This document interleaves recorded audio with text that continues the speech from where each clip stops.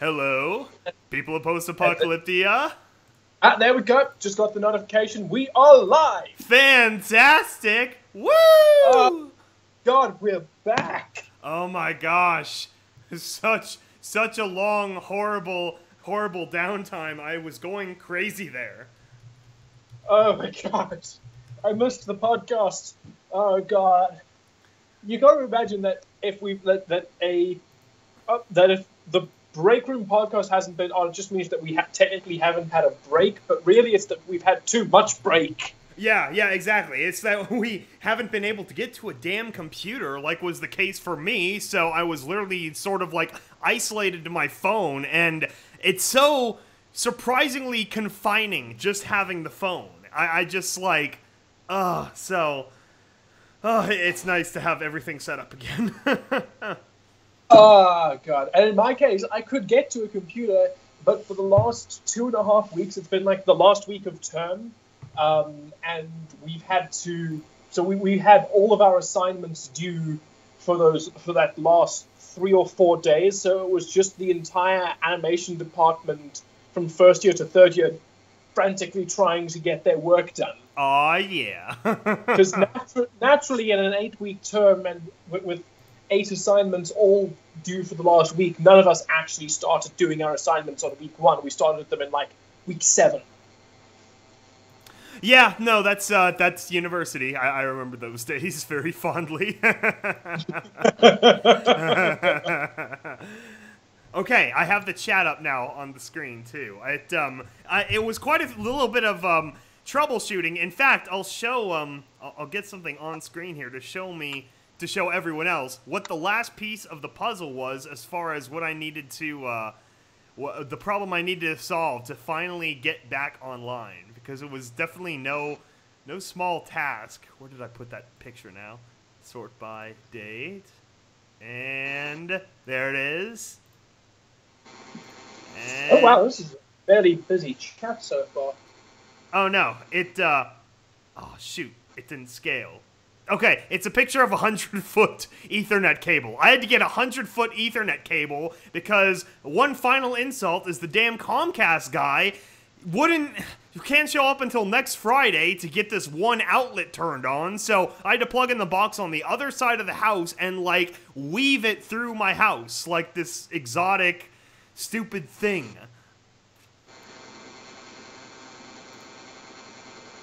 Oh, God. And we already have our first question. We have a really we have a far more active chat than we usually do. Yeah, we do. You guys missed us. Yeah, we missed you too. We missed you too. Comment section. As fellow writer with horse words, what are your biggest pet peeves in writing? Woo! Would you like to take that first? Oh. There are so many. Oh my god.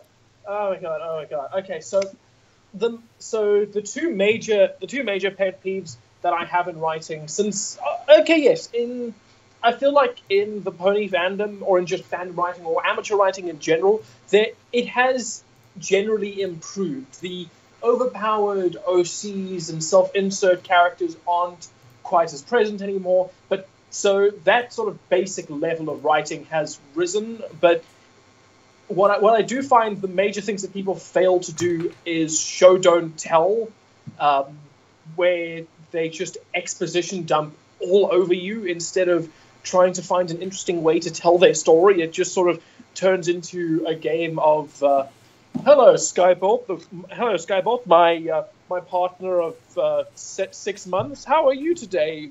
Working at the company at EAST Corp that we founded together. Yeah. How was the move that you just finished doing that took you a month to do that rendered you without a computer? It was more like this is normal conversation for us. Yes, yeah, exactly. The over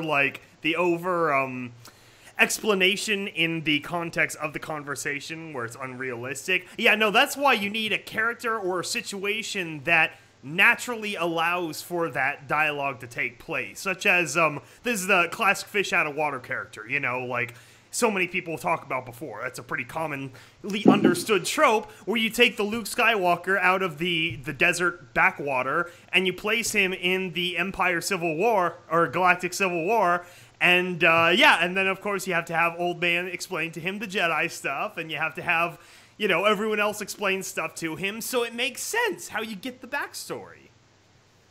Exactly. All it takes is a little time and patience and effort, and usually you can come up with a really, really creative way of doing all this shit. Yeah, people don't understand. A lot of great writing comes from just finding creative ways to solve your own plot holes. It's almost like wiring up a huge computer setup, which I just had to do recently, and trying to weave every string through so it gets from point A to point B, even if the, you know, the bundle gets a little creative by the end. Exactly. I mean, God damn it, people. It's that. So yeah, there we go. That is my pet peeve in writing. What is yours, Mr. Bolt? It's funny you mention it, because it just hit me in the frickin' chat/comment section, which was, I guess someone was contacting Needle about I think it was the guns episode of Wasteland Survival Guide, and apparently I had gotten some time frame thing wrong on that, and I guess, I don't remember it, but I guess at some point in the original, someone mentioned that guns weren't invented at all until mid-war, so, you know what, in our art, you know, we're doing our best to stay canonized with the one story, and it's still a big-ass story, you know, it's like 6 novel lengths long compared to conventional novel length, so not everything is going to be perfect. This is now, I guess, my... You know, I'm going to use the excuse, actually, of the imperfect narrator. Derpy doesn't know exactly everything, and other people in the original story don't know exactly everything. So if it's a timing thing like that, I think it might be a little bit different. I'm sorry. In my opinion, when I was coming up with, because I had a whole block of writing Wasteland Survival Guide scripts, and I'm like, okay, this is my theme block, and, you know, do little bits like this, like bundles of chapters. And when I really thought about it, it's just like I know in Great Wars, you know, a lot of technology can develop really quickly, but not all the way. We didn't go, we didn't get the development of gunpowder in World War I. That existed for a long time. We had to go from gunpowder to muskets to, you know, completely enclosed cartridge ammunition to machine guns to, you know, tanks, etc. You can't go from gunpowder to, you know, a frickin' T-34 automatic in weapons. One war. So my theory, and what I try to get across in that little bit of, you know, opening in the guns chapter, is that the Earth Ponies, by their nature, I thought that was canon enough, would have come up with the idea of gunpowder or other things like that and start putting them together, and other cultures all contributing. Just like in the real world, all these cultures contributing one little piece after another until, bammo, you got weapons, yay. And it's just the nitpicking, and I get it, but I just like, how the fuck do you remember that? So... Right, and we have fairly impressive memories when it comes to this kind of content, as it is. I freaking try, okay? I'm just trying to make it interesting. I'm trying to keep you alive with this damn fucking book, so you better be happy about it. I mean, to be fair, trying to keep the canon of a 625,000-word novel is incredibly difficult. So mostly we try and keep the broad strokes, but with the very specific side details that KCAP brings in, we're not going to go and reread the book to try and find all of that information. We're just going to so there are going to be minor inconsistencies here and there. It's mostly the overall canon that we're going to that we're keeping to, you know? Yeah, it's not like we're taking some completely other side story thing and like, oh, there was no stable tech, it was called Hoofy Corp or some crap like that. No, we're doing our damnedest to stay within, and I believe, compared to like other companies taking the reins of series, I think we're doing a damn alright job as far as like, you know, creating an extension of said universe. Like, you know, look at when Bethesda took the reins from frickin' Interplay. Everyone bitched so bad about Fallout 3 and some of its little inconsistencies with the original, and it's like, I mean, yes, I know I wasn't a fan of the original, or I didn't know about the original at the time, but it's like, come on, guys, you got a new Fallout game after 8 years of nothing, and then that one little blib of frickin' Brotherhood of Steel for the Xbox One in the middle there. And at the end of the day, friggin' Fallout 3 was a damn fine Fallout game. Yeah. In many ways, I prefer it to New Vegas. Yeah, and that's fine. I do too, in some ways. And so it's like, come on, guys. It doesn't have the strong gameplay or writing, but it's got a way more interesting world and characters. Yes. Like, as much as I love New Vegas and I love Obsidian, but the level design and the map and the world itself, oh god, so boring. Yeah. Oh god. It's just I can't. I can't. I'd love to see something like the characters of 3, the world of 4, and the writing and the writing and gameplay of the writing and skill progression and level progression is New Vegas, but like 4 still had the best gunplay, obviously. I'm plucking from all the spots, you know. Yeah, no, I really want a Western set Fallout 4 now, like those mechanics in a New Vegas type setting or Mojave or something, because I really want the blending of the worlds now. I am really accustomed to all the Fallout 4 mechanics, so I don't know. Yeah, I really like the Fallout 4 mechanics, but and it's weird, but my absolute favorite one, and it's a small thing, it's a really small thing, but it's the looting system. That fact that you don't have to go into a menu, you just sort of hover your aim over it, and it sort of just appears there, but it's all very loose. That's true too. Yeah. It speeds up the pacing so much, and it's such a small thing, and it's such a big change. Yes, Midwest Fallout would be cool too. I see Go Tigers comment. It which was what Tactics essentially was. It started out in Chicago, and that's what Fallout 3 Van Buren was going to be in Texas, you know, which is, here's the problem with Texas, is it's got good, like, for the settings, like, interesting, like, military bases and open plains and stuff. As far as, like, cities go, I don't know how much you could really do with it. It has the same problem I thought Boston would have, which is not an interesting enough layout. Because there's, like, Dallas-Fort Worth, which is just one flat, sprawling, you know, mini metropolis. But it's like, I don't know. I almost think the New Orleans thing would be more interesting in that way. You could even have a sort of tongue-in-cheek, like, Katrina subplot where they're, like, trying to flood the southern wards, and, you know, you could blow up a levee. I mean, New Orleans would be really interesting just because the way they'd be able to bring in the whole concept of voodoo, and I think that bringing that angle in, and not necessarily canonizing the idea of magic in Fallout, but the concept of the belief of it, and how that would change in a world as over the top and exaggerated as Fallout already is. You already have people who are worshipping craters left by the bombs. Adam be praised. You could do Adam be praised. You could do so much in New Orleans with. Also, you could sort of imagine that there'd be a 24/7 carnival. Yeah, you could do a lot of interesting things with, like, you know, I think of it like a full game of Point Lookout, which would be awesome, because Point Lookout is still probably the best DLC of all Fallout, in my opinion. So it's a really good DLC.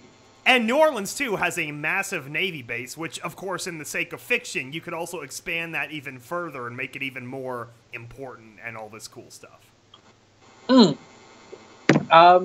Though I do quite like what In Exile's doing with Wasteland 3, where they're taking their post-apocalyptic setting to Colorado, where so they've sort of taken the snow and the winter and exaggerated that. Nice.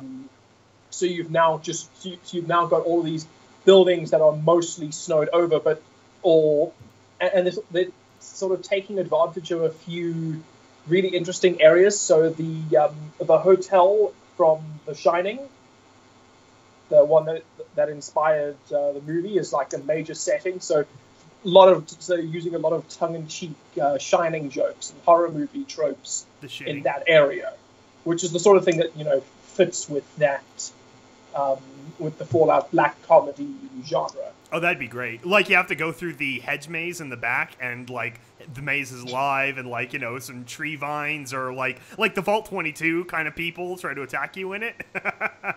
Oh, God, that would be awesome. Come play with us, Wanderer, or Vault Dweller, or whatever you're called. It's like, oh, yeah, the nightly elevator of blood has arrived. It just floods the floor, and then goes away. Oh, God. So the hotel isn't haunted. It's just been taken over by a group of really, really obsessed Kubrick fans. Yeah, that's like the one movie left alive, and they've just been watching it over and over again for decades. Right.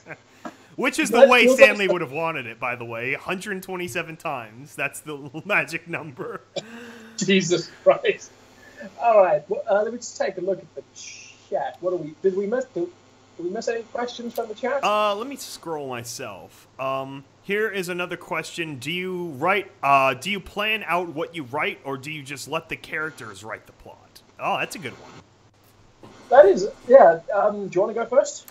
Yeah, it's a little bit of both for me, where definitely, like, the character itself is a big part of the like core concept of Confessions of Wasteland Pony, because of the whole idea at the beginning of creating a character for each of those voice actors to have and to really, like, put their effort into. And so, yes, a lot of the story really grows from what they are and who they are. So, like, for instance, at the very beginning, Battered Blade, she was just going to be an ex-raider, and that was just the original core was just, okay, she was a raider, and now she's not, so she's telling her story.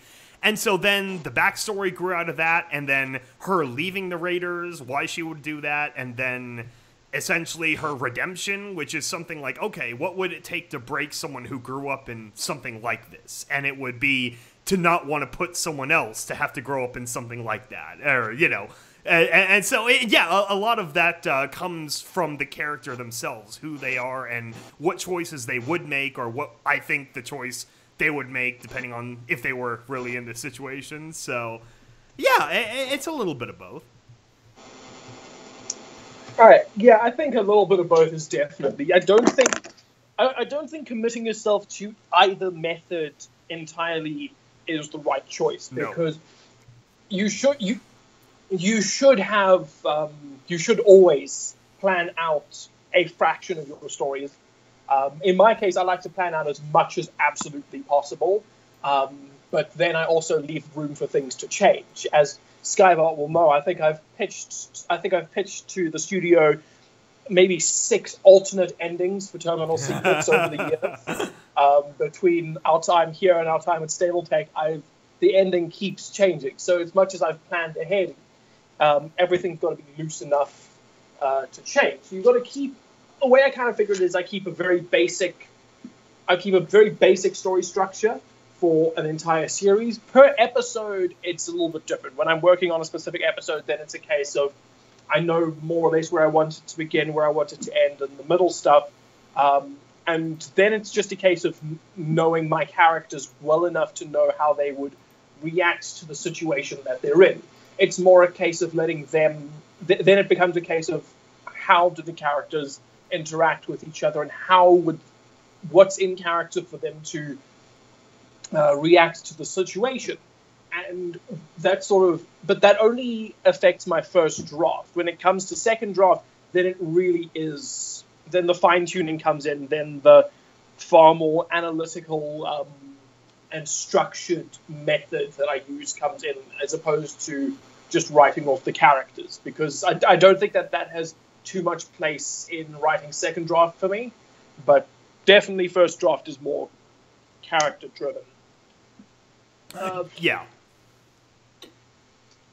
Aside from Westworld, Samurai Jack, NLP, and other shows you've dabbled on, was there other ones you'd like? Oh God.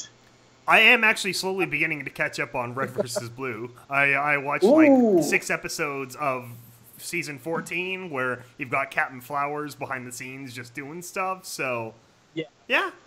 Oh shit! You're still. I kind of assumed you would that you were planning that you were going to skip season 14 and just go straight to 15 because that's where. Oh my god! Season 15 was really good. I mean, the last episode was kind of a dud, but I think out of the 11 episodes they've done, the fact that only one of them has been kind of a dud has been really impressive, considering it's a new writer. So we're talking about shows we like. There is absolutely Red versus Blue. Oh yeah, totally. No, and even though I bitched in the past about different things, now I love Red versus Blue. That largely got me into the idea of like doing my own voice acting online. It's everyone's dream to be that successful. Exactly. It absolutely started me off in the career on the path of becoming a writer, of wanting to tell stories. A large portion of that comes from that show, and I will often credit it as the reason I'm a writer. So we are natural as much as, and I have had bitching sections before. I still, to this day, if I'm rewatching the series, I skip season 11 entirely because it is awful. And season 14 was a weird ass misstep. I don't even know what they were thinking with that. I can understand when at first they said, okay, cool, well let's just use this to expand the universe and do some world building. But then they proceeded not to do that because a whole bunch of the stories aren't canon, and a whole bunch more of the stories are kind of pointless to the overall universe. So at that point, it felt really, really silly. Like as much as I loved the arc with the stuff with Felix and Locust, I thought it was very well done. It really doesn't have much overall bearing to the universe. Like the ending, kind of the way it sort of ended, it felt like they were using it as a backdoor pilot to make a spin-off series, which I'd be all for, by the way. But then nothing came out of it. So it's kind of weird. Like obviously there was a really standout episode, which was the Mega Bloks episode with the stop motion Reds and Blues, which which actually was the audition episode for Joe Nicolosi, who then went on to become the showrunner for Red vs. Blue this season, which I find very interesting. So anyone who still hasn't caught up to that episode, if you liked the Mega Bloks episode, season 15 is basically written very much like that. It's a lot of that kind of humor. Which is okay, but it's I haven't gotten that far yet. I'm still in the sort of little backstory nuggets, but yeah, it's I don't know. I decided to push through it just because. Another show that I'm rewatching right now is Avatar: The Last Airbender, which is pretty great. Hey, have you never watched it before? No. I watched it growing up. It's just, and I'm going through it all again. Because that is such a good show. Yeah. Oh, God. Especially as far as Western animation goes. To actually, be able to hold one story and just follow that through, one complete, overarching story. It's so rare in Western animation and pisses me off sometimes. It's like, the whole stereotype about cartoons just being for kids is largely self-imposed. It's like there's no reason it has to be this way. Exactly. It doesn't actually need to... I'm a big fan of stories having that overarching plot line and not just resetting at the end of every single episode. It bugs me when shows do that. I mean, I'll still watch them, but really, I'm not really a fan of that. Avatar was great because it had this fantastic forward momentum. Even episodes that really didn't feel like they had too much to do with the plot still kind of, even if they just had a little bit at the beginning and at the end saying, okay, we are this much closer to getting to Ba Sing Se, and we are on our way here, and we're in this town, and it's a little bit closer, and you've still got, everything is always pushing forward, which is helping the pacing. And the Secret Tunnel song. yes, of course. Secret Tunnel. God, I love that. Yeah. So no, and it's just I don't know. It's the music and the action, and it was very well put together, and I just yeah, and that's obviously something to behold, and of course it has a somewhat conventional, like savior of the world kind of idea and storytelling, but at the same time, the way it's actually put together is really clever, and I think a lot of that goes to the head writer Aaron Ehasz, really. So it's yeah, it's a fun show. Yeah, other shows we like or watch or think about. Game of Thrones I watched. Now we're at the end of that. That should be fun. Yeah, shit, because the new season's starting in like a month. Yes. I've always been kind of... it's something I've noticed recently watching Game of Thrones that did impress me is that as the show has gone on, they've started to use less and less and less dialogue as they've gone through, which for a big budget production is very, very rare, especially on TV. It's sort of, there is this general belief among writers that as little dialogue as possible is the best thing you can do, and that while that is true for the most part, obviously there are exceptions. The world without Tarantino dialogue would be a much weaker place, but the same goes for Coen brother dialogue. But in general, it's really nice to see these major shows that try and tell their story without dialogue, like I think the last episode of the season finale for the last season of Game of Thrones. I think the first, yeah, like with the big bomb and stuff like that. Oh yeah, the whole 10-minute intro with the Light of the Seven song. It's like it's one moment of quiet where they actually let the music lead, and you can tell, especially for the Ramindra, the composer guy, that it was like he actually took a step up and made the music more centerpiece, which I loved, because it's like, absolutely, I feel like so much of his music just sort of disappears into the background, and it's like I want the music to have a little bit more life to it in general. But yeah, no, that was such a well done scene, just telling everything in the cuts and the movements and yeah, and then the death. That suicide at the end was just spectacular. Just everything about that sequence was so well done. Yeah. And I think there were maybe not even 10 lines of dialogue there, which is absolutely fantastic. It is just... it's very, very special when shows try to do that. And I've seen a lot of audio dramas attempt to do that as well, which is weird to say, considering that audio dramas are, there's no visuals to tell the story within our medium. Yeah, that's true. It's something that we can't necessarily have. So it's then you have to be more creative with how you use characters and the storytelling. So yeah, I mean at points I try and do my best to, I'll cut lines out in edit and see if I can just do it with the sound effects or with the music, and what the audience might already know about the characters. But it's a lot harder it's a lot harder to do here. Although, to be fair, I do put a lot of effort into making all the Confessions artwork very story relevant. So it's like, if you pay attention to those as they come on screen, they, I do my best to make them interesting and relevant, so. Cannot wait to see the artwork for episode 6. Oh, yeah. It's coming. It's going to be good. So I saw your sketches for it, but I haven't seen which of course, because your sketches are always really, I don't want to say comprehensive, but not particularly pretty. Oh, no. God, no. Like,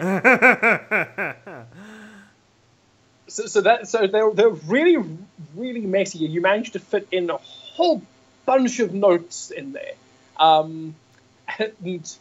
But it is always quite funny looking at how specific things get. Yeah, no, a lot of it isn't, is very intentional, the way certain things lay out and stuff. Do we have any new questions in the comments? I don't think so. Come on, guys, you're letting the site down. Yeah. Someone asked, it's like Fallout New England Lovecraftian. Well, I mean, technically that's what the Duchess Horror was. I think we get this like every two or three podcasts. Someone will suggest a Lovecraft crossover. It's kind of like, we already did that. Yeah, you really should check it out. That's arguably the most popular, so that's that. Even though Ghoul Doctor was the best. I'm glad. That's the whole point. Is I'm trying to make sure everyone gets something different out of every episode, because I don't want to have a descent problem where it's like, oh, he'll never be that good again. It's like, fuck. Well, yeah, that's the problem I'm having with Terminal Secrets at the moment, is that everyone keeps saying, oh, episode 1 was the best, which is really, really annoying because it's the one I didn't write. No, it's not the best. Weirdly, I'm fairly certain of episode 4's taking center stage with regards to Terminal Secrets episodes, because, good God, that is a monster of a script. Yep, it's going to be a long one. It should be a good treat for everyone. I know we've had a few months of sort of back and forth downtime, so there'll be that, and then hopefully not soon after Confession 6. So. Someone is asking the buzzing sound in the background. Oh, sorry, that is my fault. Well, actually, it's my brother's fault. My mic is right next to his computer. Let me just move it slightly away. It's not my fault. No one asked you. And 2 days ago, I think, we released the trailer for Terminal Secrets Episode 4, actually. So if you haven't seen that yet, you should definitely take a look. Yeah. Something I did want to discuss about that was a little bit of behind-the-scenes details. We originally had a different setting for the episode that we had to cut, which is kind of a shame. And you can still see what the setting was in the... if you look at the new Terminal Secrets artwork that appeared in episode 3 and on some of the promotional material for episode 4 back when we opened auditions, is the surface of the moon. We were originally going to have a Sable set there, which we sort of had it worked out, and this was back in December that the episode writer Daniel Mohan came and pitched the idea of setting the stable on the moon. Which partly felt a bit too jumping the shark, but also really, really Fallout, like really just delightful. But I think we kept the setting up until about March, and we eventually decided to scrap it because we just weren't using the setting enough, which is a bit of a shame, but we are revisiting it in other projects because the idea of just using the moon as a location is really, really interesting to me. In the end, we are still very happy with our setting, which is this stable made up entirely of Steel Rangers, which I think could work quite nicely. I feel like they deserve their own stable. Yeah, then they can go crazy and have their little plans and such.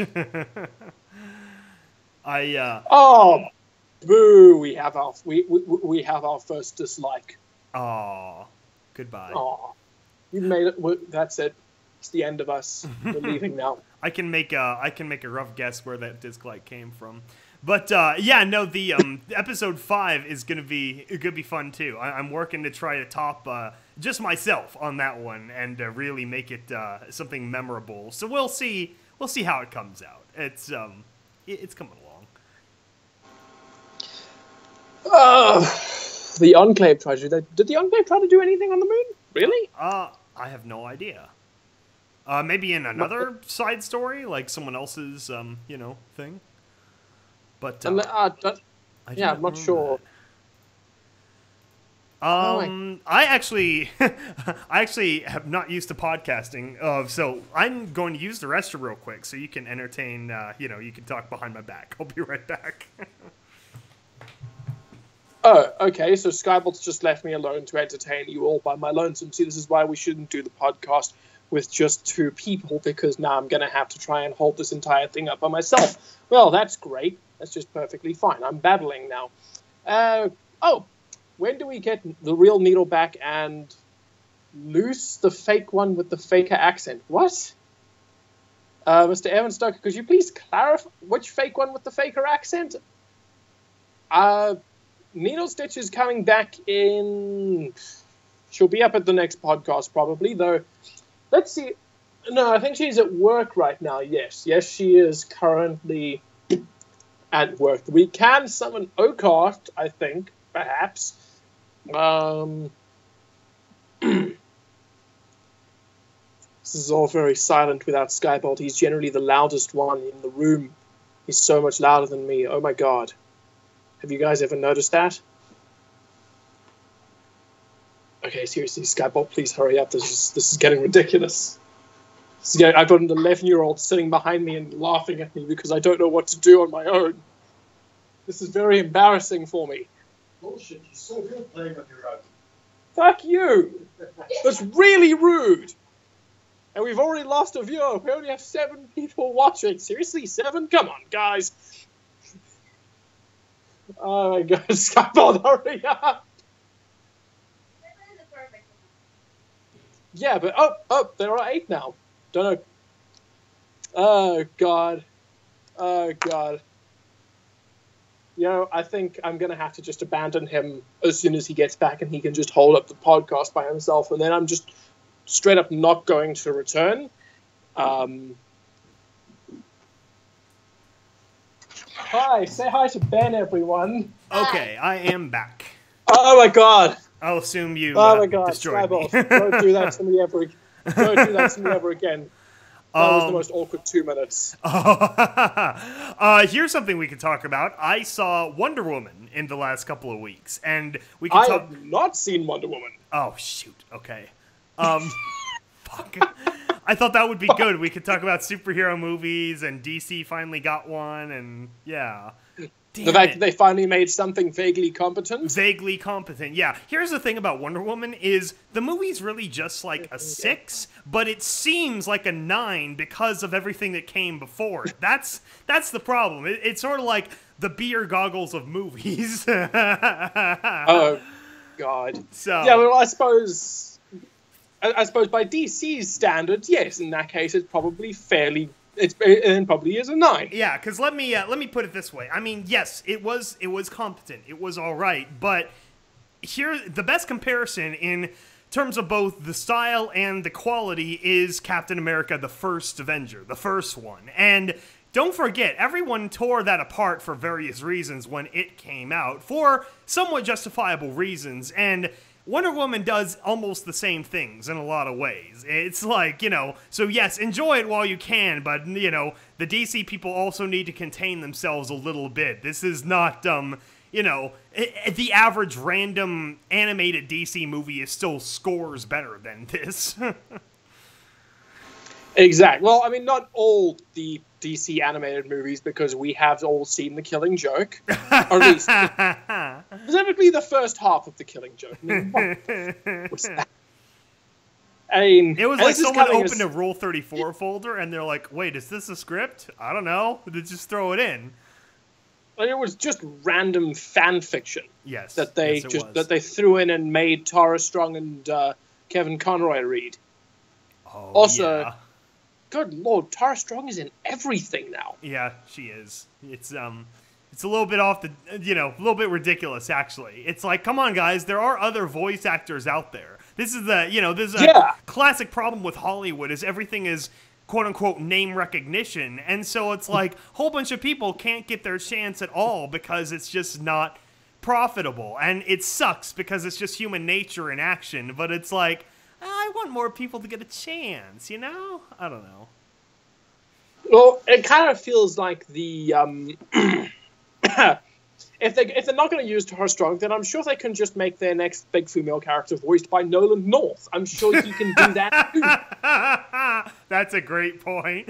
And it also makes me think back to the Looney Tunes days when they were all Mel Blanc. It was just all Mel Blanc, which was, interesting, and it gave the whole... Really, I mean, he almost gave all those old Looney Tunes cartoons their own, place in time and space because of that. That perfect blend of the transatlantic and the Manhattan accents and stuff. It is very odd to time and place. But, yeah, now that I can, I'm vaguely doing this on the internet, I feel very, righteous fury. We all need a chance to do voice acting in the big leagues, so...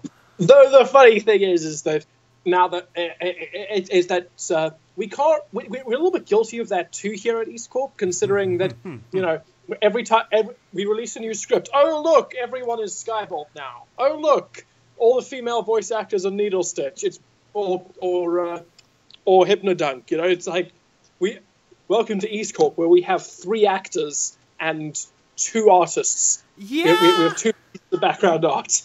Yeah, it's that is part of it too, is being able to show up and put in the work. It's that's why I Am Shadow is in so many things that I do lately, is because she's just reliable. She's like, hey Shadow, can you do this for me? And she does, and it's great. So that's why we end up using Needle Stitch in so much of what we do, because aside from her job, she essentially just voice acts, which is quite funny because she's been picked up in so many different roles since joining EAST Corp, and it's funny because Wasteland Survival was her first time voice acting. Yeah, she better remember her roots before she gets all big in her britches.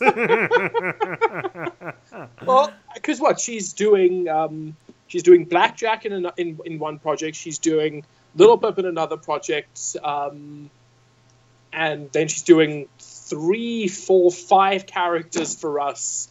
And I don't know, have we talked about her other project, the one that you ended up on the animation of that popular Tumblr page? I'm not sure yet. Not sure if we're allowed to talk about that yet. We might be able to, but I saw that guy lying, so he might have fired me already, but we'll see what happens. So, oh my god. Well, I told him I was away AFK, but I just haven't talked to him, so I gotta email real quick this weekend. You should probably do that. Yeah. Hey, that's going to be a really, really popular series of animations. It'll go up there with Flufflepuff. I hope so. I very much enjoy that story. Yeah, exactly. Well, I mean, I don't know what the script has been for that one, but if it's anything like the original comic, then it should be great. Yeah. So we'll update it as soon as we have something. What in the chat? Favorite character from FOE? Also summon Oakhart. She did a great job in Confessions for sure. I think we've answered the favorite character FOE question, right? It's I'm pretty sure we have at this point. Yeah, it's kind of hard to keep track in the how many hours of podcasting have we done at this point? Oh, it's a lot. It's like 30 at least. Have we really hit that many? Oh yeah. 2, 3, 4, 5. I'd say we're like 2 7, hours average, maybe 2.5. I think we're at 8. So. Yeah, it's. And then there's the Did We Discuss Everything podcast, which was 4 hours. And the Valentine's Day was 4 hours. The Valentine's Day was just under 4 hours. Bloods, Bones, and Oakhart was almost 3 hours, which I think I left after about an hour with that one. I love that name. It was like you left, and then Oakhart was just going on one tangent after another, like, well, there was this one time where I broke this arm, or something like that. She just went on and on, all these injury stories. It was awesome. Oh, should we talk about E3 other than Bethesda? I actually have a continuation of my rant, which was... Okay, so I discovered that apparently the X-Bone, the Xbox One X, which is so creatively named, it doesn't have VR support. What the fuck, Microsoft? Really? Yeah, so apparently they're just like, oh, that's going to be our PC Master Race thing. We're not going to put that on the One X. So it's like, really, guys? Come on.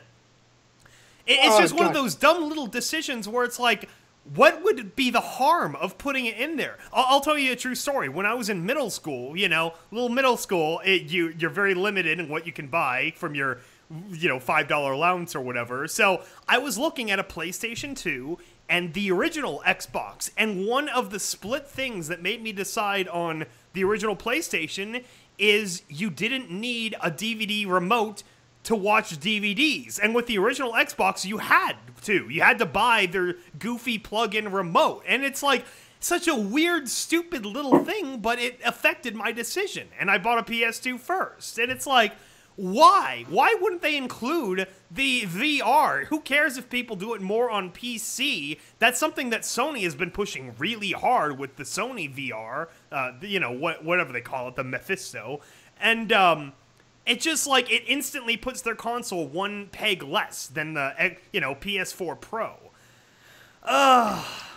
And I'm very much an Xbox advocate because I do like the Xbox in general, and I don't want to see it fade into oblivion because a lot of, Japan, enthusiasts very much prefer Sony, which is fine, but Sony has a lot of their own problems that I viscerally hate, which is why I keep funding Xbox.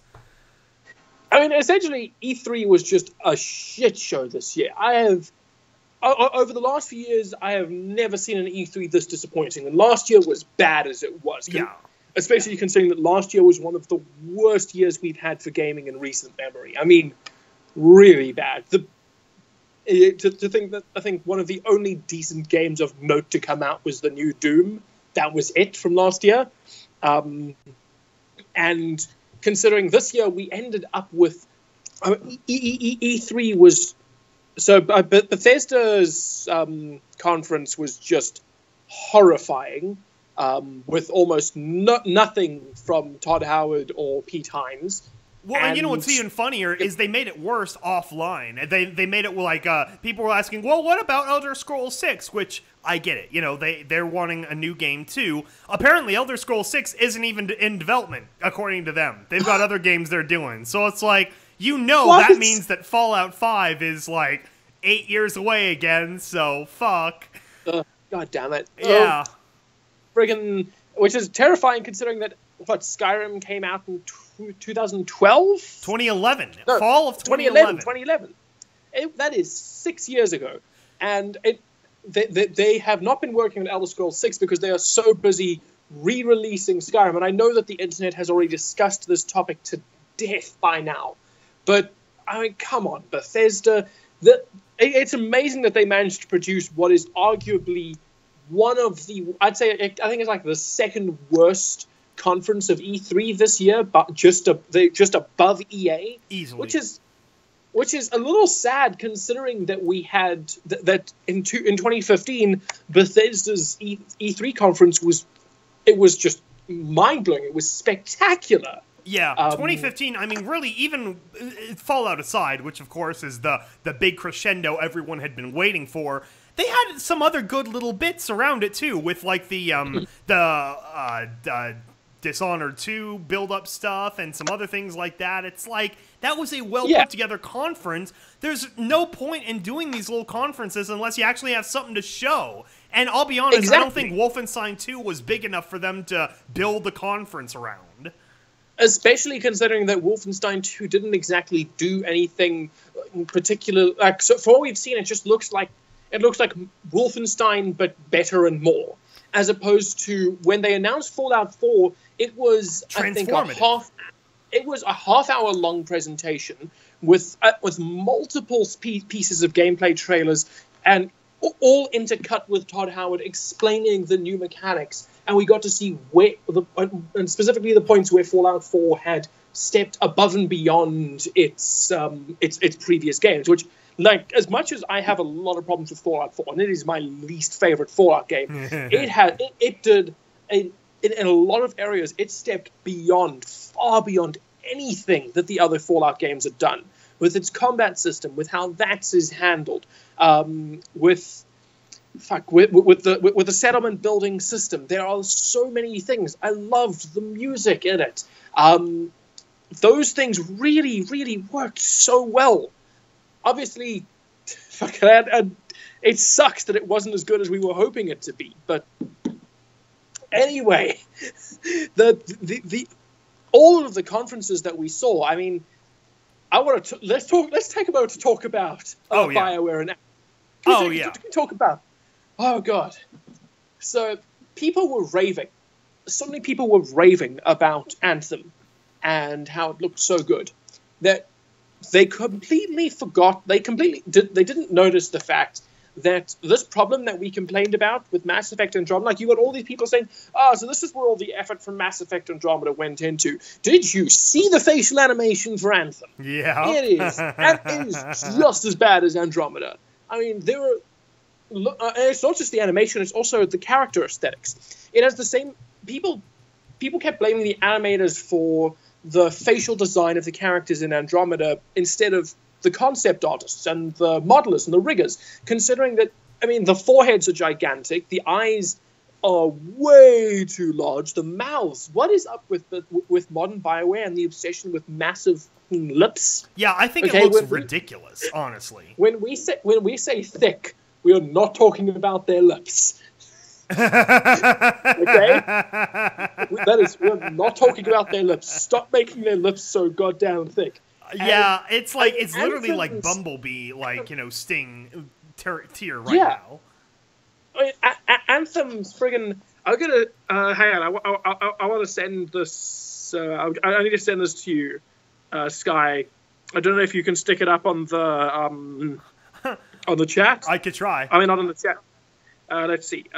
We're literally getting in the range of, like, Mr. Popo from the Dragon Ball series. Okay, there we go. I said to you my favorite moment. Ooh, from man, that trailer. look at that pain. Okay, give me a second. This was at the end of this character's dialogue. He stops to purse his lips, and it's there for a moment. But I mean, that is not so. What they did there, that's not something that comes from a conversation system where this was where this was something that the software analyzed. This face is something, and considering that it's from an ET drama, this is something that someone purposefully animated. This was not from an automatic system. This is what BioWare thinks people's faces look like. So, I mean, even the character looks like he's in pain from going through all this. Right? I mean, look at the skin textures. Look how wrinkly and ugly he is. I mean, we are so deep in the uncanny valley that I can't see the fucking sky. Like, if you look way up there, if you look way the fuck up there, that's the floor of the uncanny valley. We are that far down right now. Yeah, also his nose looks like he's about to sniff, like, all of the rest of his body into his nose. Like, this is a baby nose patch just growing, from the poke egg. Oh my god. It's... And it is a shame, because I thought the clothing textures and the armor textures and the actual environmental design was spectacular. I thought it was wonderful what they did in there. But once again, it's this problem with the faces that's very clear that BioWare has forgotten what human beings look like. They need to start making. I think that must be the reason why they chose to hide their characters behind robots for the entire game, and why so much of it takes place in first person, so that we don't have to deal with this shit. And on a final goddamn slam on this on Anthem. It is a sci-fi story about superpowered soldiers in technologically advanced suits that give you different abilities depending on the suit that you can upgrade and so on.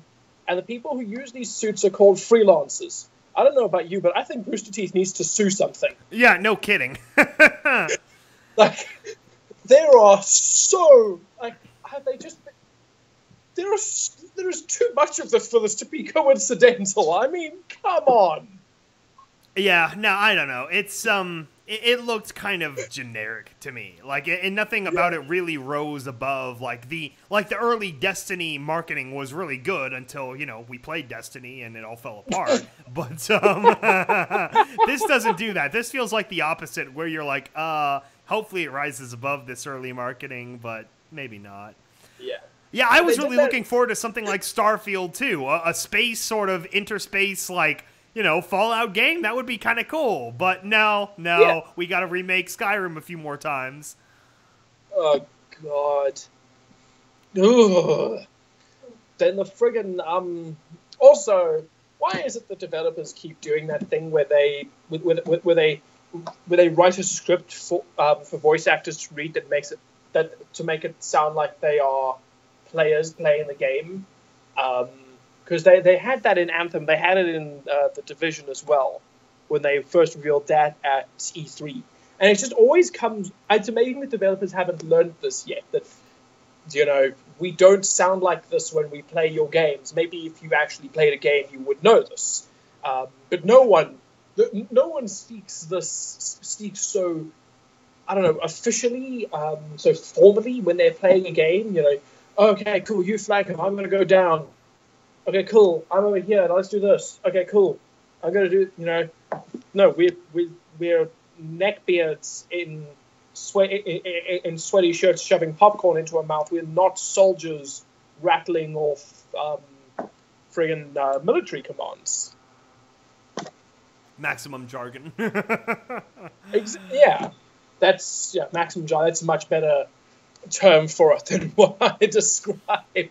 What's next on the E3 chopping block? Ooh, Assassin's Creed Origins. Oh yeah, a game set in ancient Egypt. That's great. I don't know. It just I don't know. It seems very like everything else in Assassin's Creed.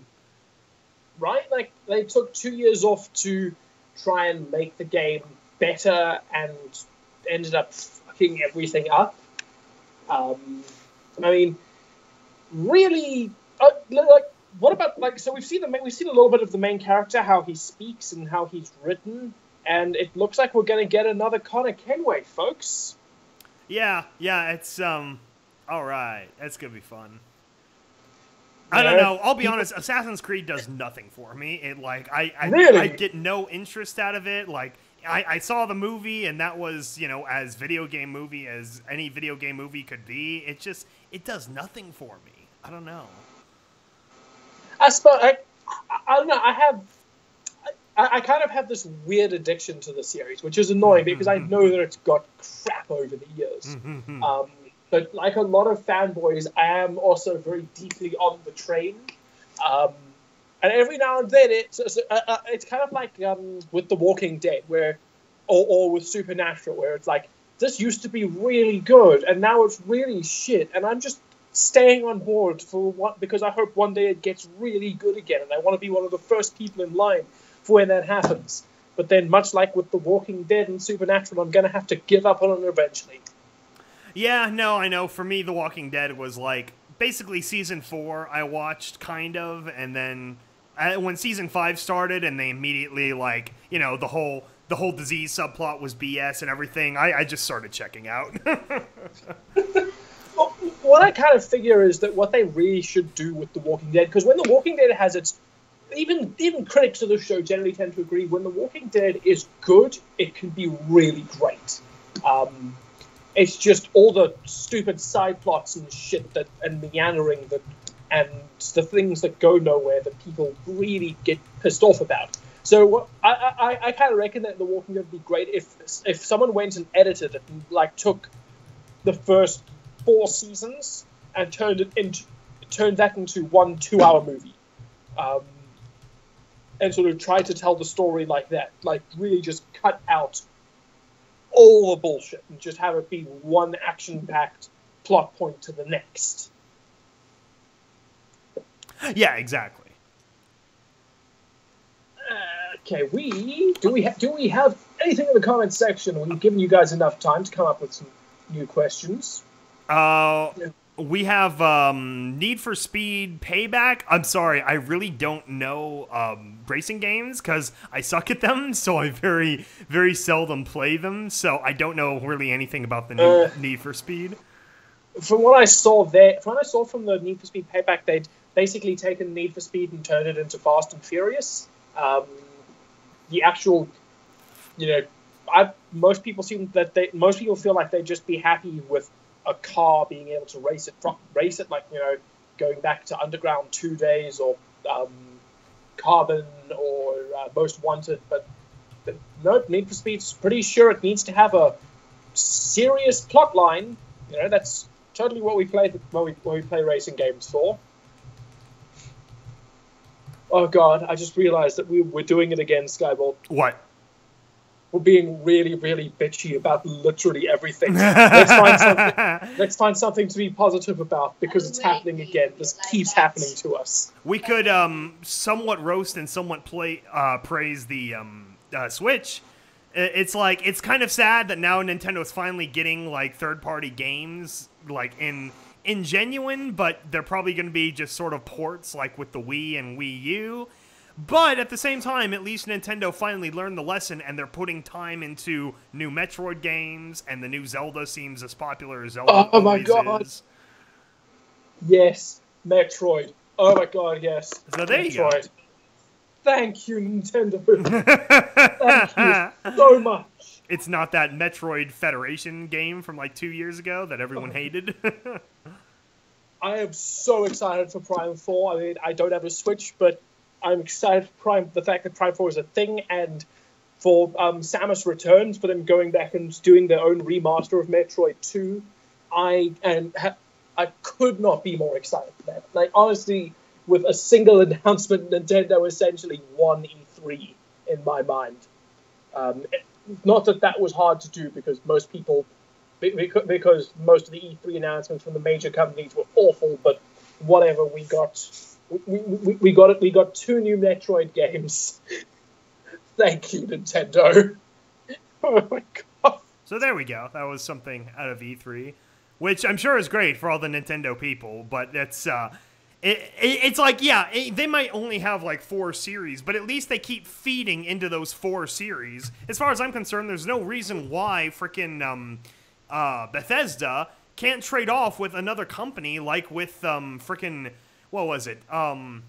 Obsidian, and they make a game every 4 years, and then another game makes another studio makes a game every other 4 years. So every 2 years we have a new Fallout game. I don't know why that can't be a thing.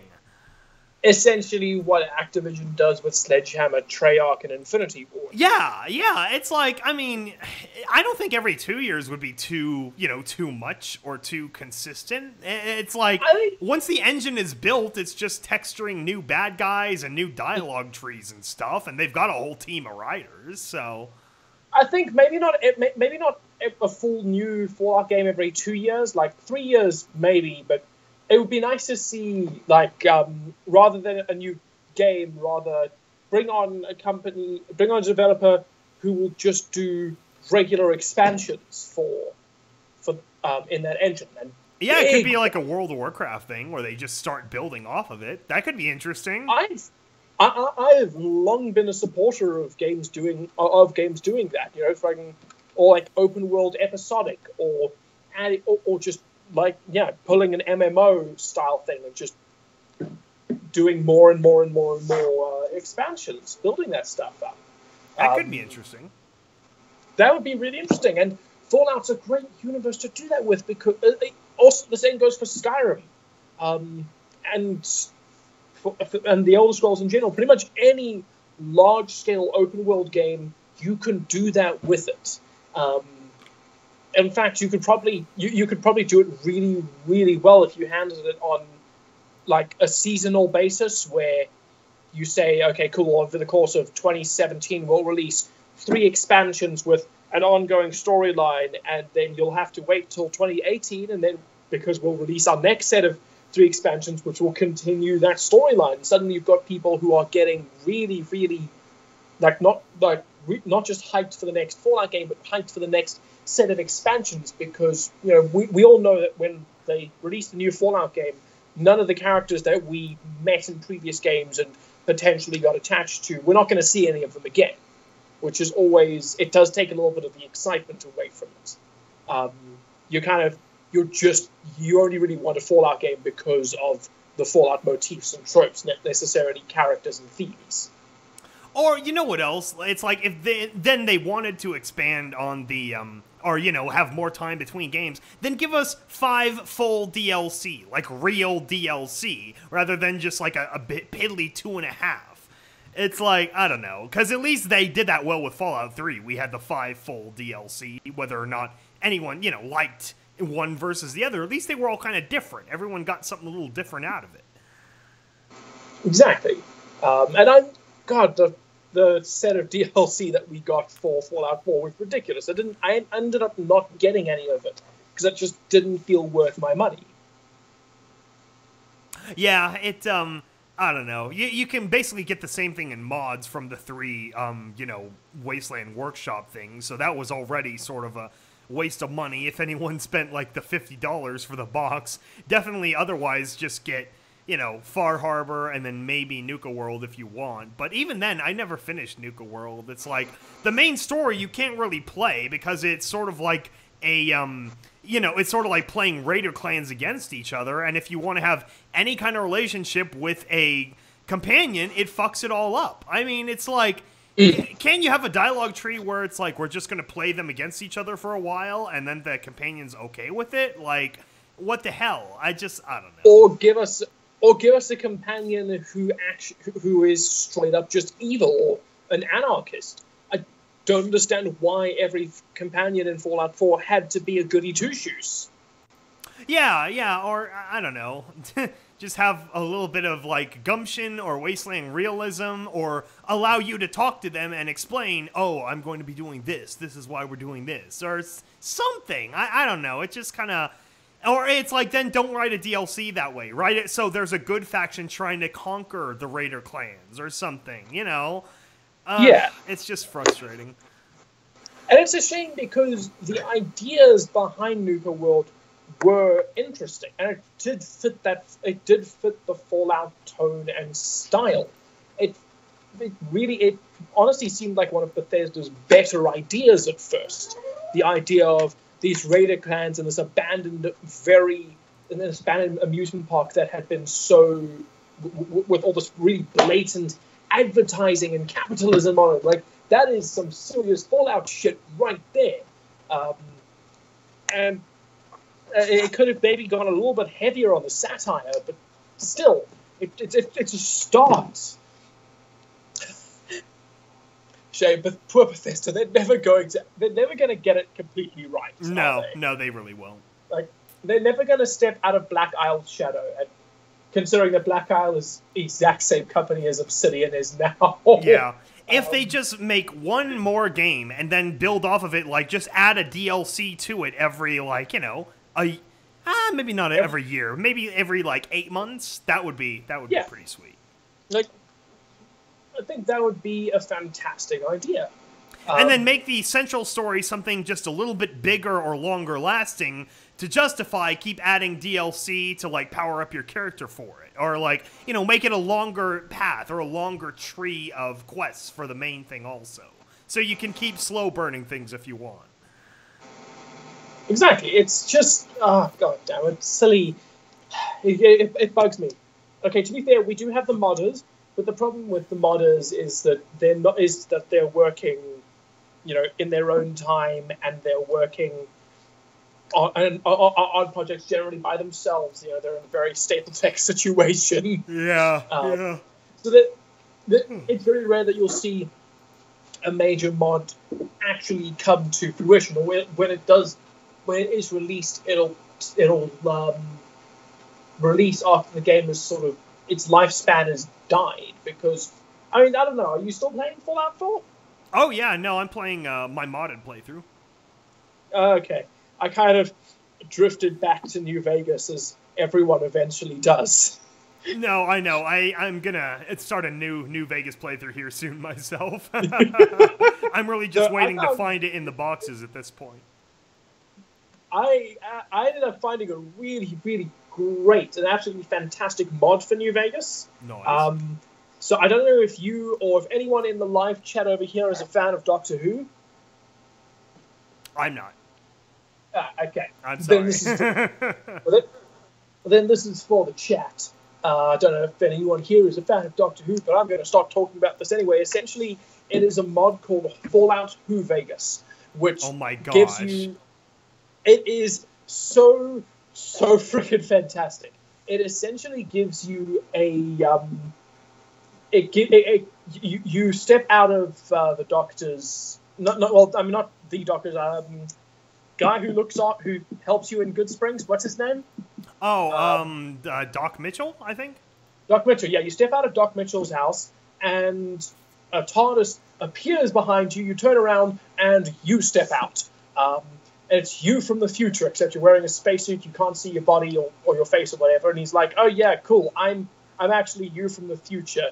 Go to the Gibson scrapyard, and you'll find a blue box there." And then he pisses off, and then you get your way all the way to the Gibson scrapyard, which is on the other end of the frickin' map, so it takes you like an hour and a half. That's great. It makes you walk. Right. So you do have to, which is probably a good thing, because to actually do the quests related to the mod, you do have to be quite a high level, unless you just start using console commands. Not that I endorse that whatsoever. But essentially, it gives you a TARDIS. It lets you fly it, which is great, because at the beginning of the game, your TARDIS lets you... you can't fly it to specific locations. You can only fly it to random points in the map, which is absolutely fantastic, because it lets you experience Fallout New Vegas in a different way, where, because of the fact that it's dropping you in completely random locations, so it sometimes lets you bypass massive areas of the game. So I managed to get into the Strip without...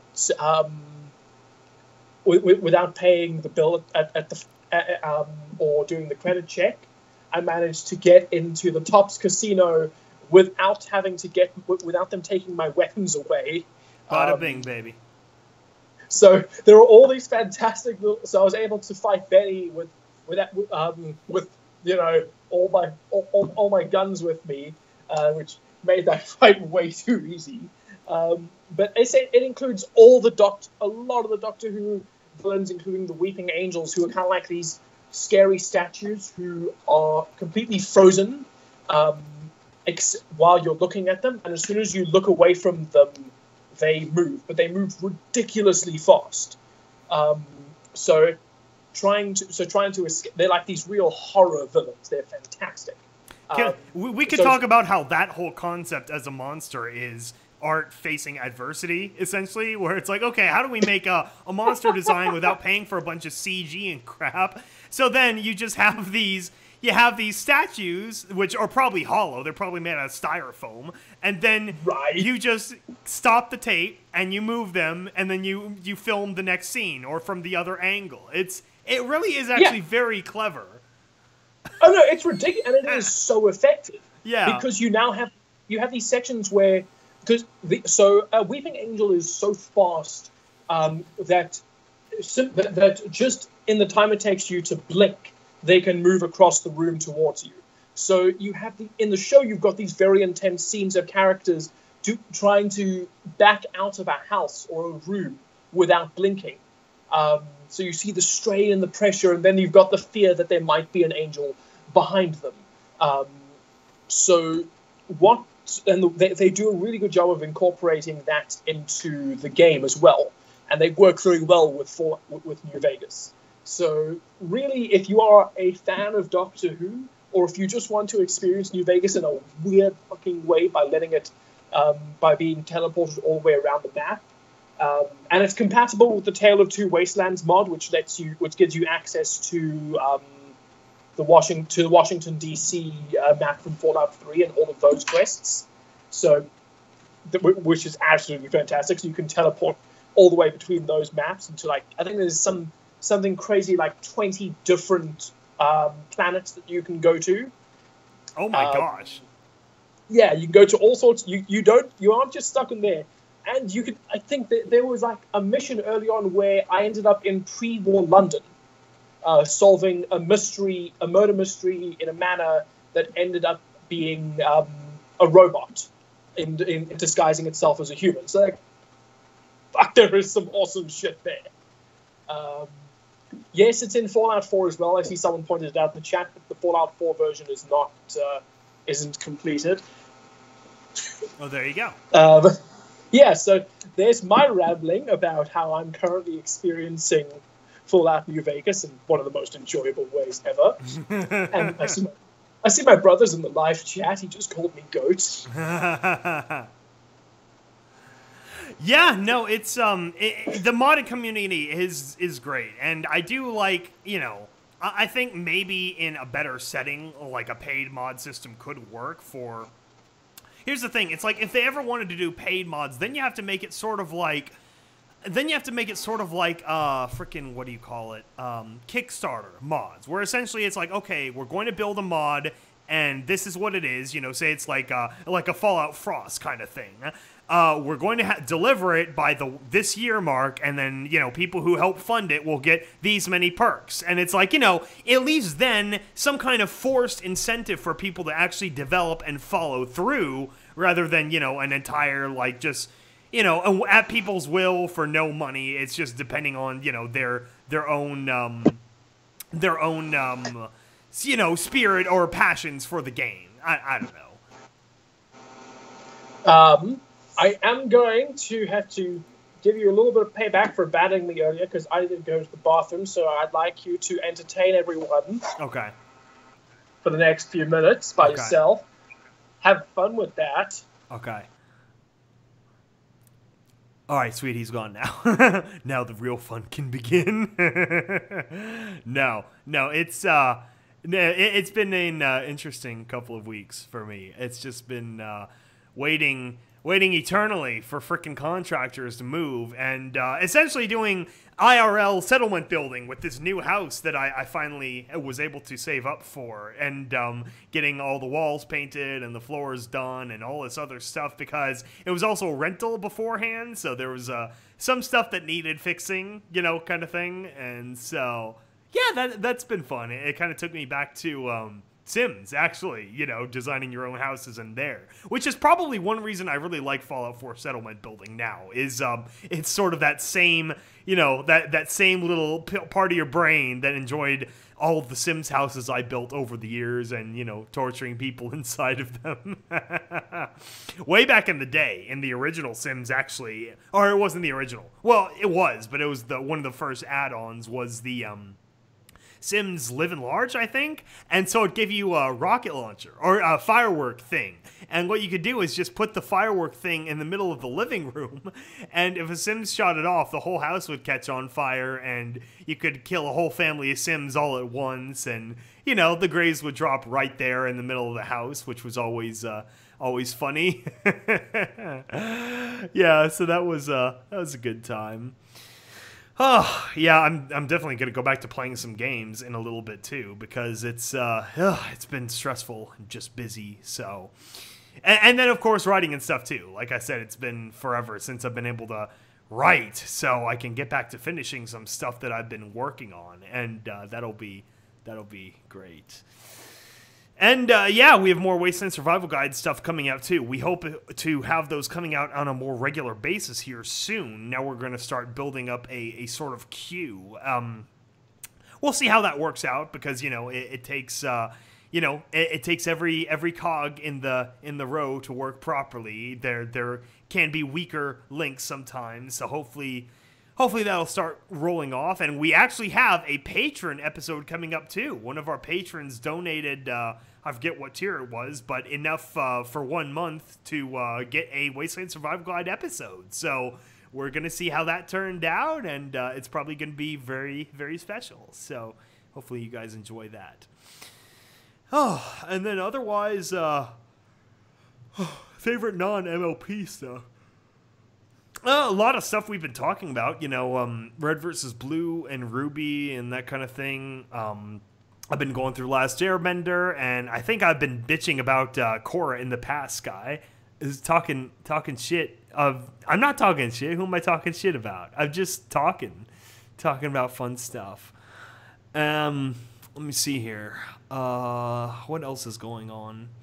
It's summer here, which is fun. So it's like freaking 110 out on average every day. So that's another thing I made sure when I started getting the stuff going for this new house is to make sure the freaking AC worked, because 120, or more accurately like 40 or 43, whatever that is in Celsius, it's been a bit hot, been a bit toasty outside. So I'm keeping the inside as cool as I can without, breaking the grid. And then that way, every time I have to go outside to get another box or do some outside crap, then it's then I'm surviving. I'm not dying quite yet.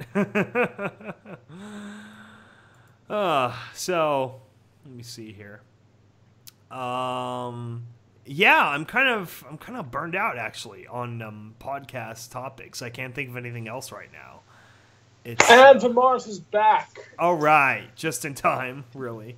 Yeah, right. See, this is what happens when you're left to have to entertain these wonderful people. I guess I'm still tired. I got to give it another week or two to sort of refresh and rebuild talking points. Well, speaking of talking points, I did see something quite interesting recently, which was the most recent episode of Pony, which saw a Shatner appearance. Are you kidding? Really? Oh shit! Yeah, William Shatner. I gotta catch up on that. And Felicia Day.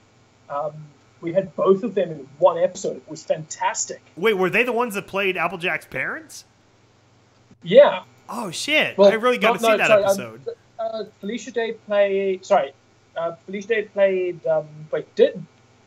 No. I think Shatner played their grandfather, and Felicia Day played their mother. I don't know who played the father. Oh, okay. But it's funny because I was listening to the episode and I heard the grandfather speaking. I thought, wow, that's a really good voice actor. I really like that voice. And it was only afterwards I heard, no, that was William Shatner. Oh my God, he's a good voice actor. He's a really good voice actor. I was so surprised. Yeah, I wouldn't have thought of that too. I don't think he's done much voice acting work. Yeah, we give him so much shit but for his acting, but it turned out that no, he's actually, and yes, to Chaotic Babies in the chat, they did actually show Applejack's parents. It was a really solid, emotional episode. Yeah, the mother is very adorable. She's cutie pie. Yeah, we've now seen all the mothers, and now it's kind of here's the real question though: who's the more adorable mother?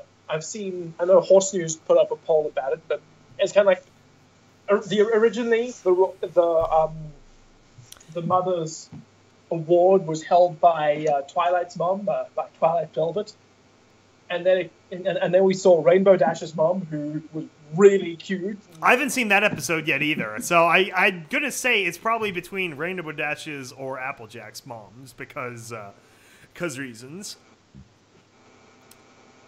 Oh God, right? Because reasons.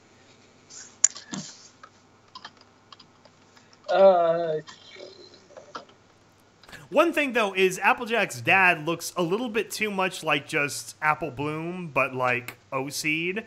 I have a small problem with that. I think they should have made his colors a little bit more unique. That's my personal opinion. No, I agree with you. His design was. I didn't like his design. I thought his design was very, very lazy. Yeah. Especially considering that we had some really great designs with their mother. Yeah, she looks very unique, but like it fits enough, Yeah. The same goes for a whole bunch of other. I mean, there was some young Granny Smith. Her design in that episode was really good. See, if we're talking moms, we've got to throw her in the mix too. Young Granny Smith.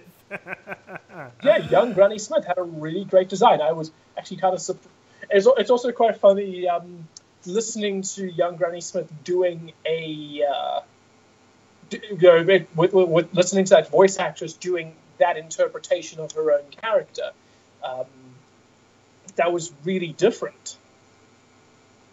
Yeah, that's Rarity. That's freaking Tabitha St. Germain. I assume she played the really? younger version. Yeah, she plays the old Granny Smith anyway. I didn't know that. Yeah. Damn, she does a lot of voices. She does, yes. She's fairly good at keeping them distinct. Although, if you know, you can hear it if you know, but, like, you know, I think that works with any kind of voice acting. I think we're just inside enough in, you know, doing this crap for, quote-unquote living that, that we could tell easier, but I don't know. What's next? Do we have any new comments? Or questions. Redacted. That's my favorite comment. Rainbow Dash's dad looks like Rainbow Dash. Yes, at least he had the purple coloring that was different. Like, literally, Apple Bloom's dad, it looks exactly like her, except for, you know, a Big Mac body. I don't know. It was a little bit too close for me. I think they should have thrown, like, a splash of, I don't know, something else in there for him. What is our opinion on Spike? I have absolutely no opinion on Spike. Like, I think as a character, he's okay, but I think his episodes, like, just the writing of his episodes are shite. Oh, no. His episodes are terrible, but Spike, for me, is like Applejack is, which is their character shines strongest as a contrast to the other zanier characters in the show. Like, Applejack is, especially in the early seasons, is great as, like, a base. She's, like, you know, the anchor in the waves for all the rest of them when their lives are going to shit. And just like in her own family, you know, she sort of had to become the mom or, you know, whatever, leader. I think of her like Katara in that way from Avatar, so, yeah. Yeah. Spike is best as a supporting character, and he's fantastic when he's holding Twilight down. Not in that way. Not in that way. I can see the fan artists already going to work. Oh, they've been going to work for a long time. Yeah, they have. They have. But the Don't die. Yeah, no, for me, Spike, I like his character too. I think he's a good contrast because, especially in the earlier seasons, he got shit on so bad by the others, but he was very often right. I mean, except in the episodes where they intentionally make him, like, obnoxious or ridiculous, he's usually like a voice of reason. Exactly, and that's where he works best, but it's kind of like with the Minions, or with Finding Dory, or, you know, what's the point of having, they're side characters. The supporting characters are, supporting characters are written and created as supporting characters. They're not always designed to be strong enough to lead, to sit in the lead, which is, and of course that's becoming more and more problematic for Spike, especially as the show goes on, that we're already dealing with. I think it's fair to say that pretty much all the characters in MLP are fully developed now, especially Spike, considering that he was a supporting character with not much development to go on. So any future Spike episodes, they're essentially going to be creating problems for him and for the other characters that. In order to have these issues, which kind of concerns me now that I think about it. That's an interesting thought. Where should MLP go from here? I don't know. I'm still wondering what the movie's going to be like, given some of the characters they've showed off. Like, all right, we're going to get some kind of sea ponies, and there's some kind of anthropomorphic cat. Like, what the fuck? What does he do? Like, what is this story going to be? And then they release for the solstice for, Sunday, or, this first day of summer, they released that Celestia image, and they gave her a tinge of pink. Those bastards. For the movie, they're giving her a little tinge of pink to justify all the old toys. I am impressed and also enraged.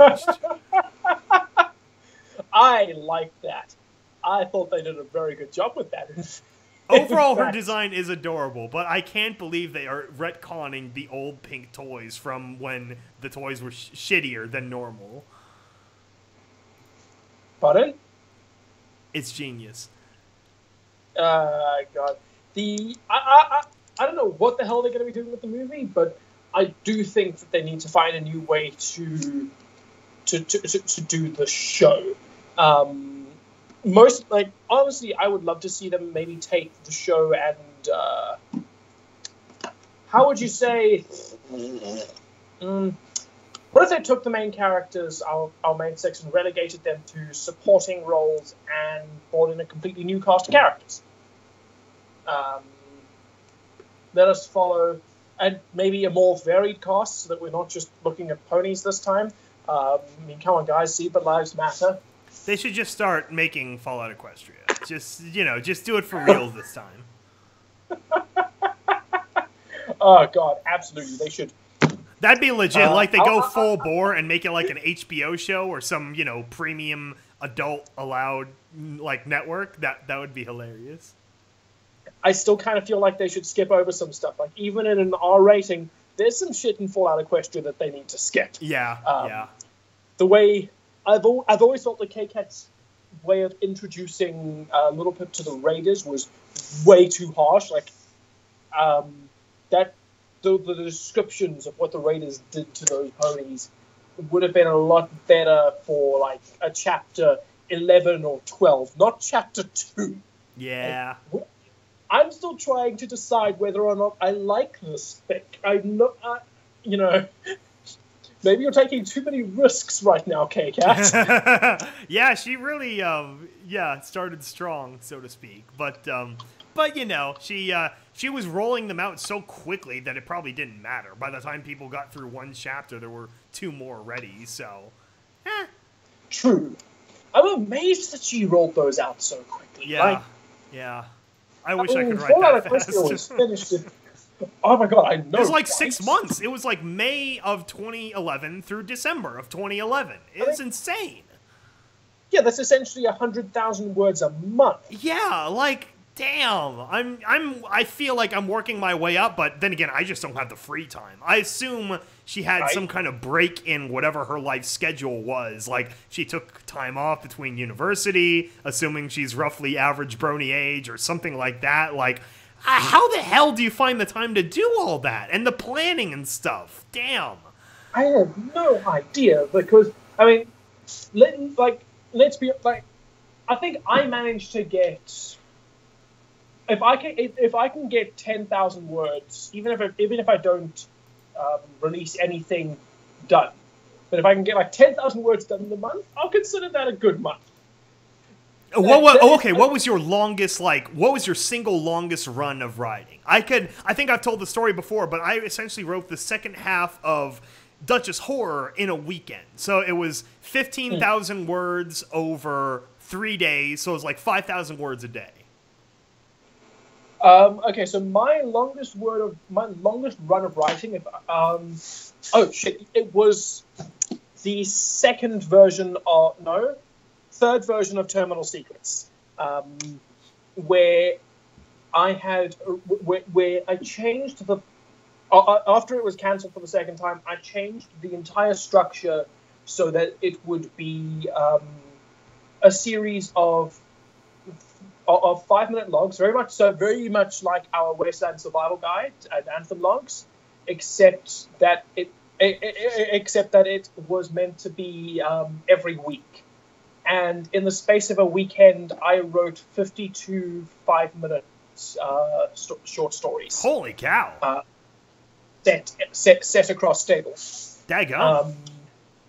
So that would be my longest stint of writing, which Davey said, "Okay, cool, sure, we'll take this to the crew." And I just finished a job and was at a freelance gig as an editor, so I was jobless at the time, and I had a load of money, so I bought a lot of coffee and a lot of junk food, and I binged it throughout the weekend, and I got all 52 written, and then I took it to Stapletech, and they said no. Oh, yeah. Yeah. So I essentially that got scrapped and retooled into bits and pieces of Terminal Secrets, and then I was gonna try and release it again as a supplementary series, but then my Dropbox had issues and the entire folder got deleted. Yeah, So that yeah. a lot of. I mean, there must have been. I don't know. Maybe. I don't know what's 5 times 52. That's 500 minutes. Yeah, I mean that's essentially like 4.5 hours. Yeah, so that's like maybe just a little. That's basically like if the script for the engineer got deleted. Yeah, that would be bad. Oh god, it was heartbreaking. That's another reason I started doing more and more work on Google Docs, because then in case something goes wrong, you've got a digital backup somewhere. Often what I do is after a good long writing run, I'll like download a version, so then I've got like a saved version of that, time from Google Docs, so yeah. Okay, checking the chat again. How do you go about coming up with stories for stables, and how do you write a character that wasn't born? Could you write a character that wasn't born in a stable? I assume he means that then ends up in a stable experiment. Well, I mean, SkyBolt writes characters that weren't born in stables all the time. I mean, that's most of the Confessions cast. Yeah? I think that's the entire Confessions cast. Yeah, except for, well, Duchess Horror, it's not actually explained whether or not she was born in the stable. She was born, after they actually, opened the stable up to the rest of Manhattan, or Manchester Island, so... Yeah, and then even if she was born within the actual stable itself, the fact that they had that open space technically doesn't count as being born in a stable, because she's not subject to the stable environment. It's not the same... It's an entirely different mentality she would have grown up with to a stable dweller. And Greenshift was born like frickin' 60 years before the stables were even built, so... He's essentially like 65 when they go down, Magic Bow Wow. So it's like, yeah, he's old man. I think... And if I think about it, I think I've written very few. In fact, all my characters have been born in a stable for... outside of the Wasteland Survival Guide and behind the scenes, which is obviously non-canon. I think all my canon characters have been born in the stables. Sweet. How do you come up with stories for those stables? I think we have also discussed that before. That's really just a case of, I mean, there's two schools of thought there, which is kind of where, and unfortunately, my favorite school of thought, which is the one that they use in the Fallout games, is not one we can use here, which is the concept of let's just think of a way to fuck them up as much as possible. Because unfortunately, they kind of all the experiments have to have some sort of meaning behind them, because we know that it's Apple Bloom and Sweetie Belle and so on. Yo. Yeah, so you have to make it justified. It isn't just torture porn. There is a theoretical purpose before all of these. Exactly. It's kind of sorry, I'm still dying. The whole thing with oh god, I'm losing my entire. So I suppose there is still something fun about the idea that everything that these characters were meant to do, that all these experiments were still meant for some sort of greater good, Okay, could you just hang on a second? Okay. Yeah. I guess I did have two characters that were born in the stable, which were Abalone and Amber Glow. Not Amber Horn, Amber Glow.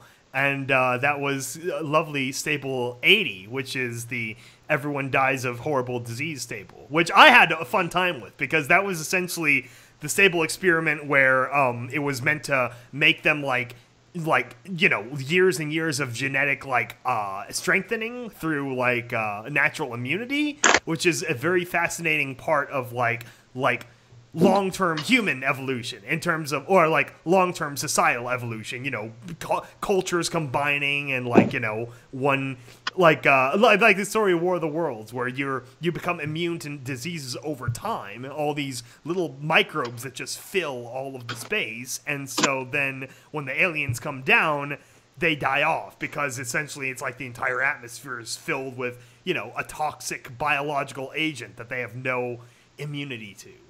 It's very interesting. Very, very interesting. Oh, God. Oh, God. Okay, how long have we been at? Oh, it's not even 2 hours yet. God, we are so out of practice. We really are. Yeah. This is just, I mean, how did we manage the 4 hours each those other times? I know. It's, I guess we had more to talk about or something. I don't know. We're having an off day. And we had, I think we also had larger costs. We did. We'll make sure to get other people in next time. We had sort of a dual set of problems, which is I actually am not free tomorrow, which is Sunday, which is when we usually do stuff. And then today it was like, James, it's late for him, so I was like, I got up and immediately just messaged him like, hey, are you free? Let's chat, at least the two of us if we can get him. So, sorry everyone else. We will do a bigger podcast, hopefully the next Sunday. Actually, yeah, next week Sunday, was it July 2nd or whatever, would be perfect. We could do whatever, because I'm free the Monday also after, because we have our holidays. Yeah. On, Independence Day. I'll probably be free too. And then we can try and push for another. I want to try and push for another 4-hour podcast because I know in the future I really, really want to do a proper 24-hour podcast. Oh my gosh! I'm not sure how we would do that, but we could do our damnedest. We need a lot of ideas. Well, I kind of figure what we could probably do is we could take it in shifts. So you and Needle take the American shift, and then Kelly and I will take. Okay, they will take the Real People World shift. And we can move in from there with a little bit of overlap. But at that point, what we need to do is during the 24-hour podcast, one of us needs to start playing Desert Bus, which was that Penn and Teller's smoke and mirror game, where you have a bus that you have to drive from a truck stop to Vegas or something, and it's like 8 hours in real time. The truck constantly veers to the left, so you've got to tap the left, you got to tap the right arrow key to keep it on the road, and you kind of just got to hold up there in Vegas, and if you crash, you get towed back to the start point in real time. Yeah, no, I've made that drive in real life before, and it is that horribly long and boring. I'm like, oh my god, that's the problem with the Southwest, is it really is vast stretches of emptiness until the little bits of civilization along the highway. Let's take a look. Okay, what do you think about the way Metroid Prime presented a lot of the story by use of the scan visor, log entries, and letting you discover the story? Did you ever play Metroid Prime, Sky? No, I'm not really... I had a Nintendo growing up. I only played like an assortment of Mario, and then it was essentially Pokemon. Growing up, Nintendo was just my Pokemon vector. I actually don't really play Zelda or Metroid or any of those. Boo! Yeah. Boo! Yeah.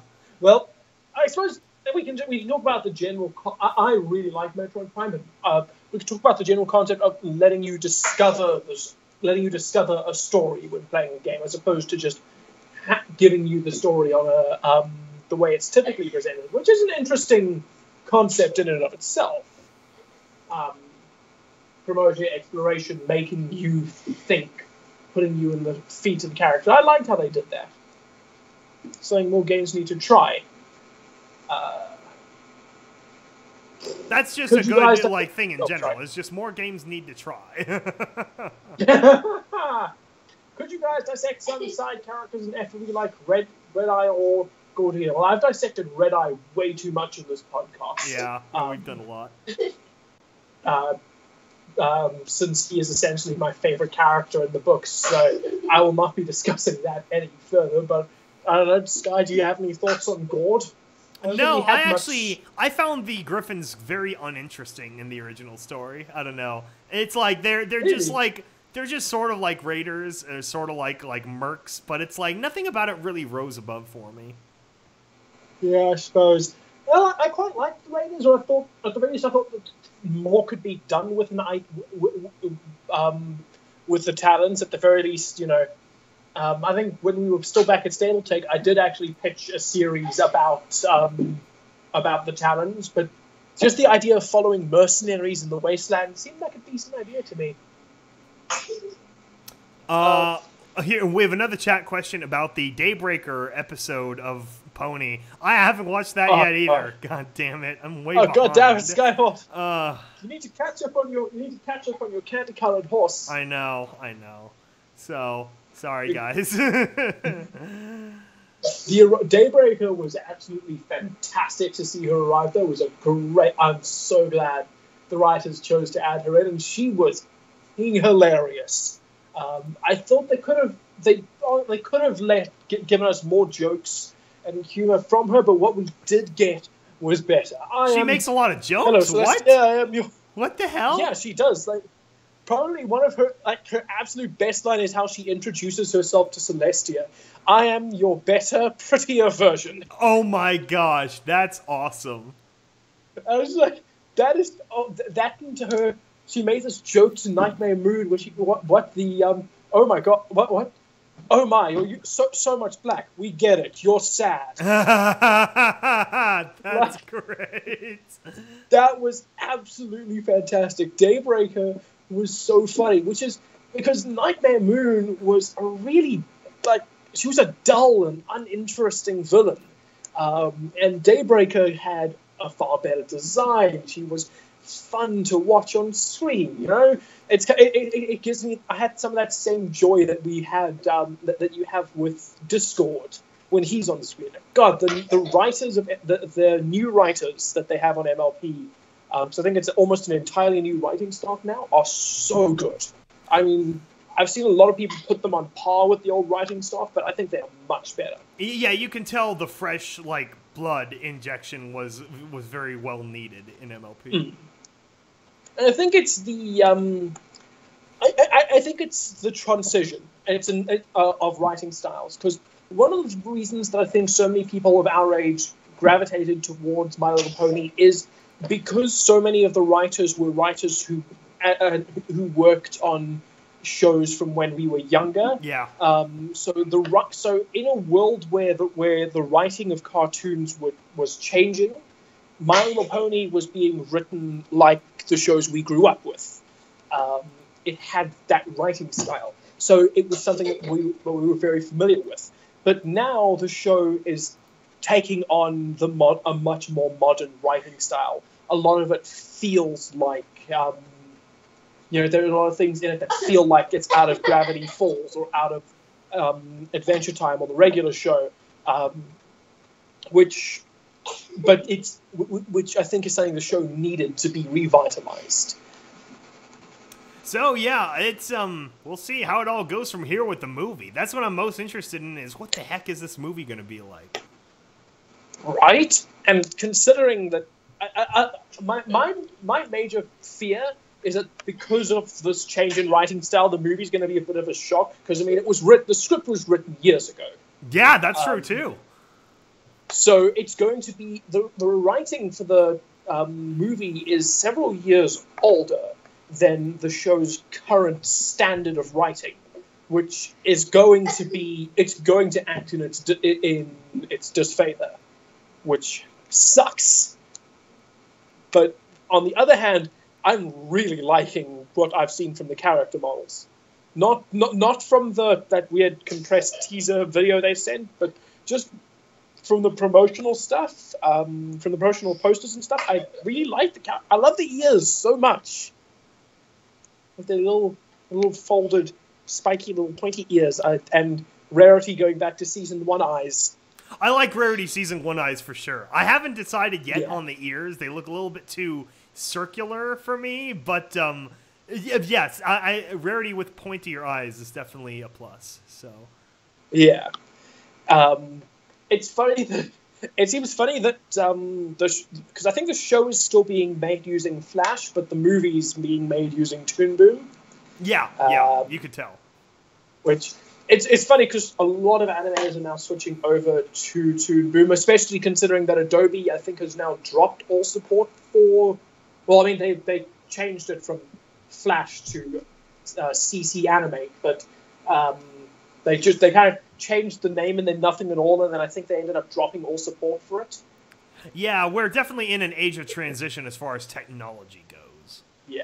I mean, to be fair, Adobe Flash was never intended for what it's being used for. It was a website designer. Yeah, I mean, it's sort of like an old monster of the internet, essentially. Like, even now, you can still kind of find it when you search around. When you search, when you watch, I think DeviantArt still uses Flash. Oh yeah, probably. Yeah, you still need to use Flash you still need to have Flash Player installed to access the videos, which thank God for HTML. Yeah. HTML is just the stronger thing. So it doesn't surprise me that people are jumping out of Flash. Although I'm I had to do a lot of work with Flash this term for my animation class. So that's been pretty solid. Chat? A unicorn with a broken horn? No. God, when they revealed that Tempest Shadow, a villain named Tempest Shadow with super edgy design with a broken horn. I mean, that was that's not a character I'm looking forward to. Like when I saw her design, I was at the very least hoping, okay, maybe she's like a good guy, like the captain of a guard or something. Like that would like at the very least that would descale the edge. But please don't make her a villain, because then that's just too edgy. Yeah, I feel like wherever she walks, she's gonna have like freaking Linkin Park music behind her. It's just everywhere she goes, she's just crawling in my skin. Everyone references the same song when they're talking about edgy. It is like peak edge there. Or actually, more realistically, she'll probably be freaking what is that band? The Amy Lee band. Oh, Evanescence. Evanescence, yeah. It's more realistically going to be like that. It's really annoying because as soon as I saw the broken horn, the biggest problem is that was one of the... Like, do you remember General Zoi's pony generator? Yes. Because one of the options for the pony generator was the broken horn. Yeah. For a unicorn. So that was one of the most annoying things is that this character way too resembles Bad Pony OC. It's going to be interesting. That's all I have to say. That's. I I like the designs of some of the other characters. You know, we've got that one peacock griffin who looks kind of like a pirate, and the sea ponies look. I love their designs. And I don't like the cat guy. And just I'm really interested in the cat guy. I'm very not interested. It's like the only justification is there's some bit in the middle where they have like a trans-dimensional thing, just like with EQG, where they start hopping and they end up in a cat world for a while and go back. I don't know, but I'm very much thinking that that's going to go in a bad direction. I'm really interested to see where that goes, and who knows, maybe if we really like the world building that they do, we might see an expansion to our EAST Corp world. That's something Jesus. that I only just realized, though, is that we're going to have a whole lot of new world building that we might be able to use here at EAST Corp. I just want to get Confessions done. That's all I'm worrying about at this point. I already have all my world building fucking laid out. I just want to finish it now. I don't know. I kind of want to see an episode of Wasteland Survival Guide where Derpy talks about a time she spent being turned into a sea pony. Yeah, that would be great. Like the clumsy ghoul Derpy under the ocean with like a tail and stuff. That would be so adorable. You know what we could do with that is maybe like some raiders capture her and like give her like wet cement, you know, shoes and dump her in the water. Because she's a ghoul, she doesn't die or drown. She's just like, so I was full of water now and I couldn't really talk, but I couldn't really talk before anyway. So then she ends up at the bottom and some sea ponies free her. That could be kind of interesting. Right? That could be that could be kind of fun. I would totally read that. I would like it and click it and subscribe to it. Yeah, why not? We're gonna put Derpy through so much crap anyway and all the little backstory snippets of Wasteland Survival Guide. We might as well drown her too. We might as well drown her too. Jesus Christ. That's going to be the name of the episode. We might as well drown her too. It's been decided. Oh God, I'm dying inside just a little bit. Oh God. Okay, do we have anything left? I don't think so. I think We'll Drown Her too is a good place to end. Yeah, no, that's definitely peak episode. So, yeah, we will think of more ideas of things to talk about and get back to doing everything else too once I'm finally settling in. Oh, thank God. Yeah, there we go. It's the title of you just made the title of the episode. Fantastic. All right, then, ladies and gentlemen, that is it for us.